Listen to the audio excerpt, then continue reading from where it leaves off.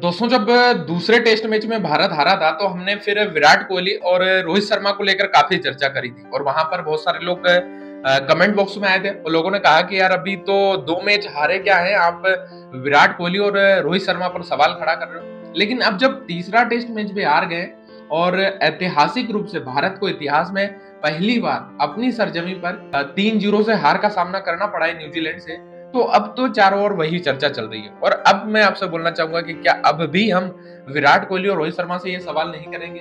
क्या अभी भी हम चुप बैठे रहेंगे? क्योंकि जब आप भारत में अपनी सरजमी पर सीरीज को गवा देते हो तो उसके बाद फिर डब्ल्यूटीसी में पहुंचने का हमारा सपना भी तो टूट रहा है ना। क्योंकि अब अगर भारत को डब्ल्यूटीसी के फाइनल में पहुंचना है या अगर डब्ल्यूटीसी हमको हमें खेलना है तो फिर ऑस्ट्रेलिया को 4-0 से हराना पड़ेगा और ये संभव नहीं है क्योंकि ऑस्ट्रेलिया को ऑस्ट्रेलिया में हराना आसान नहीं होने वाला है। तो फाइनली अगर देखा जाए तो न्यूजीलैंड ने तीनों मैच भारत को हरा दिए। 3 मैचों की जो टेस्ट श्रृंखला चल रही थी उसमें तीनों मैच में हमें हार का सामना करना पड़ा है। और जब 2-0 से हारे थे तो हमें लगा था कि चलो ठीक है, अभी तो 2 मैच हारे हैं, कोई दिक्कत नहीं, कम से कम एक मैच तो हम जीते। और फाइनली तीसरा मैच भी अब हम हार चुके हैं और व्हाइट वॉश भारत को भारत में मिला है और ये बड़ी कहानी है आज की। और इस पर अब क्रिकेट जगत में बहुत सारे सवाल खड़े हो रहे हैं। कई सारे टॉपिक्स हैं जो आज के वीडियो में हम डिस्कस करेंगे। पहला तो ये कि क्या भारत अब स्पिन को खेलना बंद कर चुका है? क्या स्पिन को समझना ही हम लोग भूल गए? दूसरी चीज ये कि क्या वो ऋषभ पंत आउट थे? और तीसरा, क्या ऑस्ट्रेलिया वाली सीरीज में ये भारतीय क्रिकेट टीम क्या कमाल कर पाएगी? बहुत सारी बातें हैं। चौथा ये है कि क्या गौतम गंभीर की कोचिंग में भारत एक सक्सेसफुल टीम बन पाएगी? क्या हम सक्सेसफुल टीम से क्या डाउनफॉल में जा रहे हैं? ये आज के इस वीडियो का हमारा केंद्र रहेगा। तो पहला तो ये कि क्या हम स्पिन को खेल पा रहे हैं? डेफिनेटली नहीं खेल पा रहे हैं। भारत ने जो स्पिन की पिच तैयार करी है, जो गड्ढा तैयार किया, उसी गड्ढे में भारतीय क्रिकेट टीम खुद गिरी है। क्योंकि स्पिन की जो पिच हमने तैयार करी, जिस तरीके से वो मैदान को तैयार किया है, वहां पर न्यूजीलैंड के तो सारे बल्लेबाज बड़ी समझदारी से खेलते हुए आगे बढ़े हैं, बट इंडिया का कोई भी बल्लेबाज नहीं चल पाया। एक छोटा सा स्कोर हमें चेस करने को मिला था, 147 रन का स्कोर हमें चेस करने को मिला था, जिसे भारतीय क्रिकेट टीम चेस नहीं कर पाई। बात अगर करूं मैं रोहित शर्मा की, तो रोहित शर्मा इस पूरी सीरीज में कुछ भी नहीं कर पाए हैं और अब आपको ये सुनना पड़ेगा क्योंकि 11 गेंदों में 11 रन, 2 चौके मारे और आप पुल शॉट मारकर आउट होकर चले गए। और रोहित शर्मा ने ये दिखा दिया कि भाई वो कंसिस्टेंसी के साथ खेल नहीं सकता, वो मार के ही खेलेगा और उसका वही तरीका है और वो उसी तरीके से आउट होकर चला गया।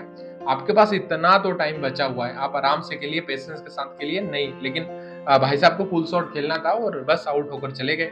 उसके बाद अगर बात करूं मैं विराट कोहली की, तो मैंने पिछले वीडियो में भी कहा था कि विराट कोहली को लंदन की बड़ी चिंता है और ये बंदा वहां से इतने किलोमीटर दूर से आता है भारत में खेलने के लिए और यहाँ पर भी फिर 0 और 1 रन बना के चले जाता है। तो अभी सवाल तो करना पड़ेगा ना विराट कोहली से, भले आप सबको बुरा लगे, बट इस सीरीज को हम गवा चुके हैं और इस मैच को गवाने के बाद तो हम डब्ल्यूटीसी में पहुंचने का सपना भी हमारा टूट रहा है, इसलिए सवाल जायज बनता है। उसके बाद फिर अच्छी पारी खेली ऋषभ पंत ने और ऋषभ पंत ने फिर से ये बताया कि भाई वो क्यों नंबर 1 है और भारत के लिए क्यों वो शेर है।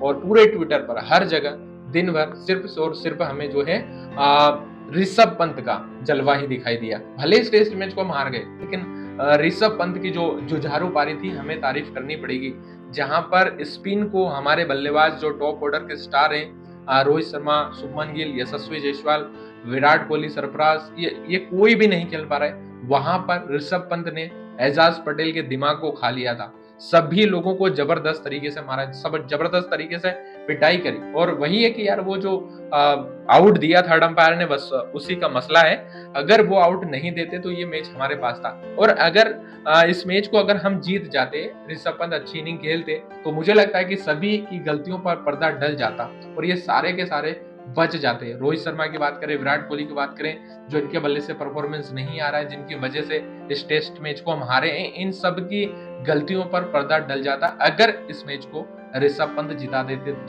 तो जो होता है अच्छे के लिए होता है। बट तारीफ करनी होगी ऋषभ पंत की, जिस तरीके से उस बंदे ने फाइट किया है, कमाल किया है। बात अगर करें गौतम गंभीर की कोचिंग की, तो गौतम गंभीर जब आए थे और जब इन्होंने अपनी कोचिंग की शुरुआत करी थी तो चारों तरफ काफी तारीफों के पुल बांधे जा रहे थे कि भारतीय क्रिकेट टीम उस ऊंचाई पर पहुंचेगी जिसकी कल्पना भी किसी ने नहीं करी होगी और गौतम गंभीर के काफी माइंडेड खिलाड़ी है। बट हमने ये कभी नहीं सोचा था कि न्यूजीलैंड जैसी टीम जो श्रीलंका से हार के आई है वो हमें हरा देगी 3-0 से और किसकी कोचिंग में? गौतम गंभीर की कोचिंग में। और गौतम गंभीर को भी अब ये सोचना पड़ेगा, श्रीलंका से भी तो इन्हीं की कोचिंग में हम हारे हैं। मतलब इतने सालों, 27 सालों बाद, 27 साल के इतिहास में श्रीलंका से नहीं हारे थे, श्रीलंका से हार गए गौतम गंभीर की कोचिंग में। और अब ये देख लो, इधर ये न्यूजीलैंड हरा के जा रही है। तो अब थोड़ा बहुत सोचना पड़ेगा, गौतम गंभीर को भी एक टीम को संगठित करना पड़ेगा, मोटिवेट करना पड़ेगा, क्योंकि इसके बाद हमें ऑस्ट्रेलिया की सीरीज खेलना है 5 मैचों की, 4 मैच जीतना है, इतना आसान होने वाला है नहीं।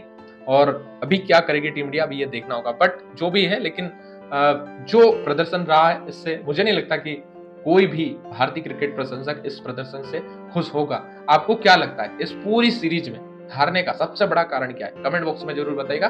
साथ ही वीडियो को लाइक करके चैनल को सब्सक्राइब करिएगा, क्योंकि क्रिकेट्स के और भी बहुत सारे अपडेट मैं आपके लिए लेकर आता रहूंगा। जय हिंद, जय भारत।